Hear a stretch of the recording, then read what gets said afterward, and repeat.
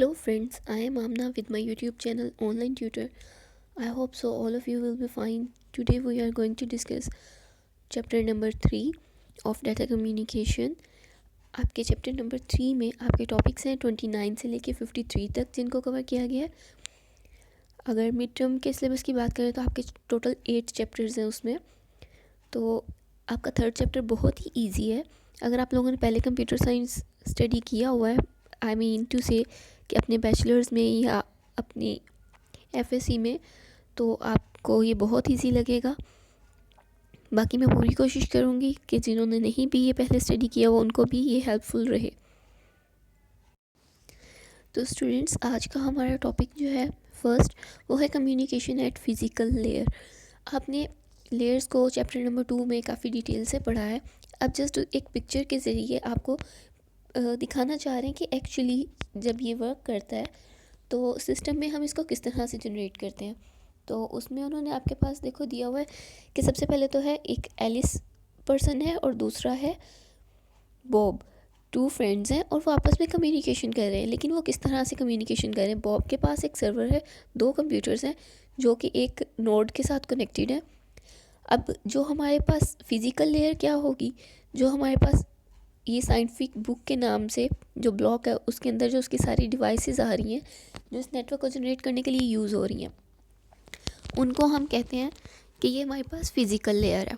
फिर अगर आप ऊपर आ जाओ तो यहाँ पे क्या हो रहा है कि सिग्नलिंग का काम हो रहा है. सिग्नल जो है एक टावर से दूसरे टावर तक, मतलब R7 एक टावर है हमारे पास और R5 दूसरा टावर है हमारे पास जो आपस में कनेक्ट कर रहे हैं. उसके बाद वो आगे एक नेटवर्क के साथ कनेक्टेड है. ज़ाहिर सी बात है, पहले हम अपनी जो भी सिम यूज़ कर रहे हैं उसके टावर से कनेक्ट करते हैं ख़ुद को.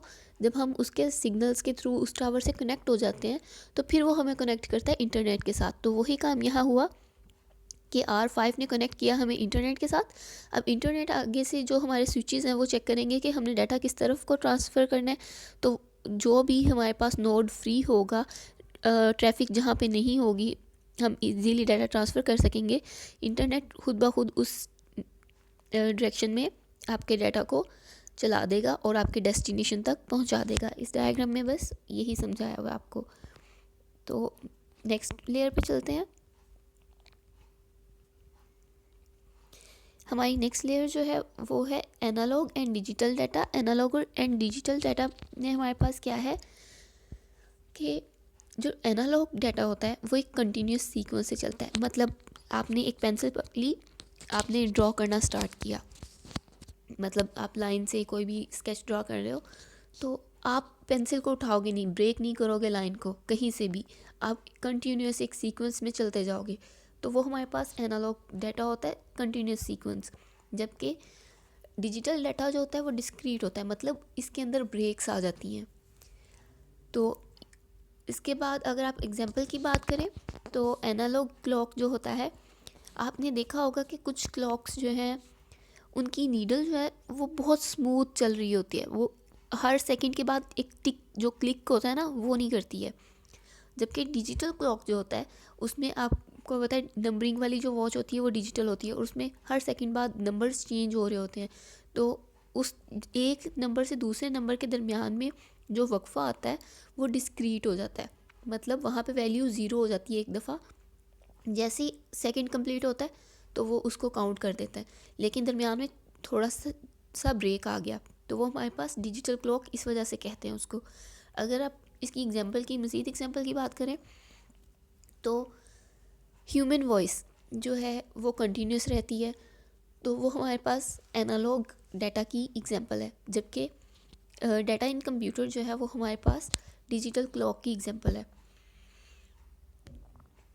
उसके बाद थर्ड पे हमारे पास फिर से एनालॉग और डिजिटल के बारे में मज़ीद कुछ बताया गया है कि ये सिग्नल्स को रिप्रेजेंट करते हैं डाटा को, कि आपका डाटा किस सीक्वेंस से जा रहा है और किस स्पीड से जा रहा है, उसका एम्पलीट्यूड कितना है, उसकी फ्रिक्वेंसी कितनी है. मतलब 1 मिनट में आपके पास कितना जैसे हम काउंट करते हैं ना एमबीज पर सेकंड के हिसाब से, उस तरह से जितने नंबर ऑफ़ रेपिटेशन जो हैं वो 1 मिनट के अंदर ज़्यादा होंगे उतने हम एमबीज ज़्यादा काउंट करते हैं. तो ये थोड़ा सा आगे जाके कॉन्सेप्ट आपको बताऊंगी. तो क्या करता है कि ये डाटा को रिप्रेजेंट करता है। उसके अलावा सिग्नल्स जो हैं वो हमारे पास दो तरह के होते हैं, एनालॉग और डिजिटल। अभी हमने स्टार्ट पे बात की। और एनालॉग सिग्नल जो है वो क्या करते हैं, इंडेफिनेट एनालॉग सिग्नल जो है infinite level of intensity over time. जो हमारे पास एनालॉग सिग्नल होते हैं उनकी कोई कैपेसिटी नहीं होती है कि आपने यहाँ पे जाके लाजमी ब्रेक कर देना है अपनी टेबल को या अपनी सिग्नलिंग लाइन को। नहीं, जब तक आपका डाटा कंटिन्यूस रहेगा तब तक उसकी सिग्नल लाइन कंटिन्यूस रहेगी। आप डाटा जितना मर्जी एक्सटेंड करते जाओ वो अपनी लाइन को एक्सटेंड करता जाएगा। जबकि हमारे पास डिजिटल सिग्नल में limited number of defined value होते हैं कि इसमें हमारे पास सिर्फ दो ही डिफाइंड वैल्यूज़ हैं, 0 एंड 1। और जबकि आपके पास एनालॉग सिग्नल में डिफाइंड वैल्यूज़ नहीं होती, आपके पास इनफाइनाइट होती हैं वैल्यूज़, आप कोई भी वैल्यू यूज़ कर सकते हो।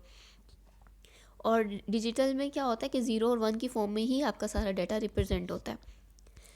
एनालॉग सिग्नल किस तरह से होते हैं? एनालॉग सिग्नल्स में एक स्मूथ लाइन होती है कर्व्ड में, जैसे कि आपकी पिक्चर में दिया हुआ है। और जबकि डिजिटल सिग्नल जो है इसमें आप देखें कि वो एक दफ़ा सेंट्रल पॉइंट पे आके अपनी सेंट्रल लाइन के ऊपर आके अंदर ब्रेक ले रहा है, वो 0 को रिप्रेजेंट कर रहा है। 0 मीन्स टू से डिस्क्रीट वैल्यू वहाँ पे ब्रेक हो रही है। तो ये हमारे पास आ जाता है डिजिटल सिग्नल की रिप्रेजेंटेशन।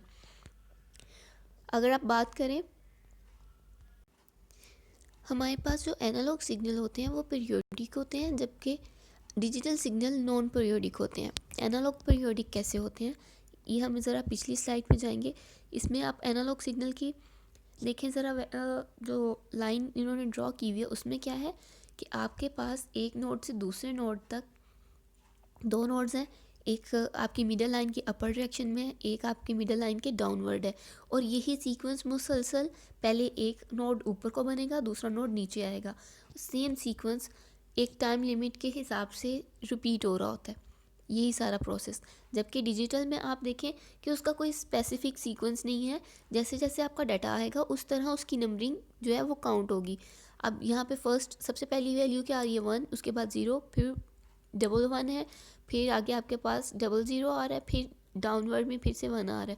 अब इसके जो सीक्वेंस है वो एक डिफाइंड सीक्वेंस नहीं होता, ये आपके डाटा के अकॉर्डिंग खुद को मॉडिफाई करता है। और इसमें टाइम लिमिट भी नहीं होती है।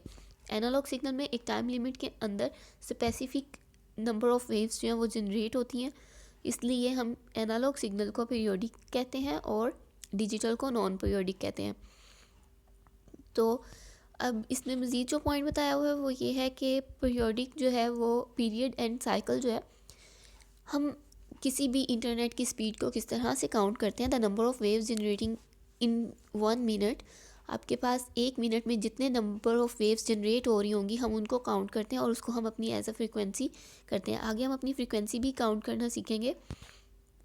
तो यही हमारा इसका कॉन्सेप्ट था पीरियोडिक और नॉन पीरियोडिक का। मज़ीद इसमें आपको पीरियोडिक एनालॉग सिग्नल में क्या बताया हुआ है कि पीरियोडिक एनालॉग सिग्नल हमारे पास सिंपल भी हो सकते हैं और कंपोजिट भी हो सकते हैं। सिंपल पीरियोडिक एनालॉग सिग्नल जो होते हैं उनकी एग्जांपल हमारे पास कौन सी है? Sine wave. साइन वेव को हम periodic simple periodic analogue signal कहते हैं। जबकि हमारे पास जो मल्टीपल साइन वेव्स होती हैं, सिंगल साइन वेव को हम कहते हैं सिंपल पीरियोडिक, जबकि मल्टीपल साइन वेव्स को हम कहते हैं कंपोजिट पीरियोडिक। इसकी एग्जांपल मैं आपको आगे दिखाऊंगी। लेकिन साइन वेव देखें जो एनालॉग सिग्नल के अंदर हमारे पास आ रही थी वही हमारे पास सेम लाइन है। अब इसमें हमारे पास एक नोड जो एक रेपिटेशन काउंट होती है वो एक अपवर्ड नोड और एक डाउनवर्ड नोड मिलके एक सर्कल बनाते हैं। तो इस पिक्चर में हमारे पास कितने सर्कल हैं? 3 सर्कल जनरेट हो रहे हैं। इसी तरह हम आगे फ्रिक्वेंसीज़ को काउंट करना सीखेंगे। और जो हाइट ऑफ अ सिग्नल होती है वो क्या करती है? रिप्रेजेंट करती है आपके एम्पलीट्यूड को, कि आपके डाटा का एम्पलीट्यूड कितना है। अगर आप लोगों को यहाँ डाटा के अकॉर्डिंग समझ नहीं आ रही, मुश्किल हो रही है, तो आप इससे एग्जांपल ले सकते हैं कि जो हमारी वॉइस होती है, हमारी वॉइस जितनी लाउड होगी उतना हमारा एम्पलीट्यूड हाई होता जाएगा। अगर आपने कभी साउंड की बेस पे जो वेव्स क्रिएट हो रही होती हैं उनको चेक किया हो तो उसमें एम्पलीट्यूड रिप्रेजेंट हो रहा होता है। इसी तरह जितनी मैं लो वॉइस में बात करूँगी उतना एम्पलीट्यूड जो है उसकी हाइट कम होती जाएगी। नेक्स्ट हमारे पास आ गई फ्रीक्वेंसी। तो फ्रीक्वेंसी के लिए हम क्या करते हैं कि पीरियड टी जो है हमारे पास, हम वो चेक करेंगे। फिर amount of time require to complete one cycle, हमारे पास एक साइकिल को कंप्लीट करने के लिए कितना टाइम लग रहा है, उसके ज़रिए से हम फाइंड कर लेते हैं कि हमारे पास जो फ्रीक्वेंसी है वो क्या आ रही है। एक्चुअली हमारे पास टाइम जो है वो हम काउंट करते हैं 1 सेकेंड के अकॉर्डिंग और डिवाइड करते हैं जितनी हमारे पास टोटल वेव्स जनरेट हुई होती हैं या जितने हमारे पास total number of repetitions create हुई होती हैं।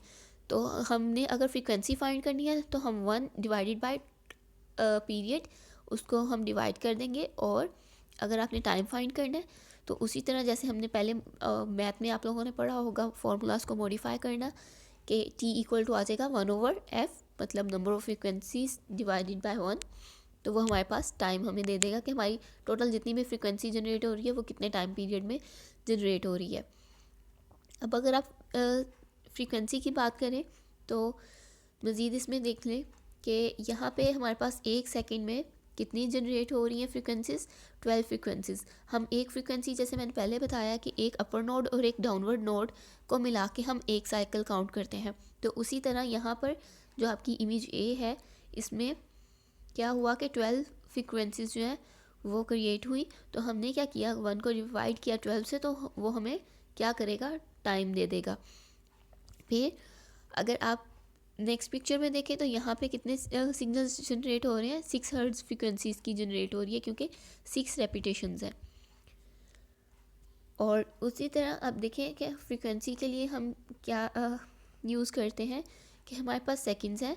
1 सेकंड जो है वो हमारे पास, हम किस तरह से फ्रीक्वेंसी काउंट करेंगे कि हर्ट्ज, 1 हर्ट्ज, और उसके अलावा ये हमारे यूनिट्स दिए हुए हैं कि अगर माइक्रो सेकेंड है तो उसको हम 10⁻³ सेकेंड लिखेंगे। अगर आप लोगों ने फिज़िक्स पढ़ी हो तो उसमें ये चीज़ें दी हुई हैं फर्स्ट चैप्टर में, आई थिंक फर्स्ट ईयर के, तो वहाँ पे ये, या 9th क्लास के, वहाँ पे ये सारा टेबल दिया होता है। Out of femto pico nano ये सारे उसमें वैल्यूज़ होती हैं ताकि आप स्मॉल यूनिट्स को भी काउंट कर सको, क्योंकि टाइम के यूनिट्स बहुत स्मॉल होते हैं।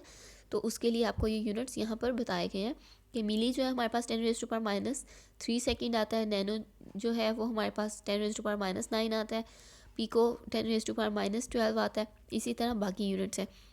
पीरियड के लिए हम second, millisecond, microsecond, nanosecond and picosecond को यूज़ कर सकते हैं, जबकि फ्रीक्वेंसी के लिए हम hertz, kilohertz, megahertz, gigahertz और टेरा हर्ट्ज़ यूज़ करते हैं।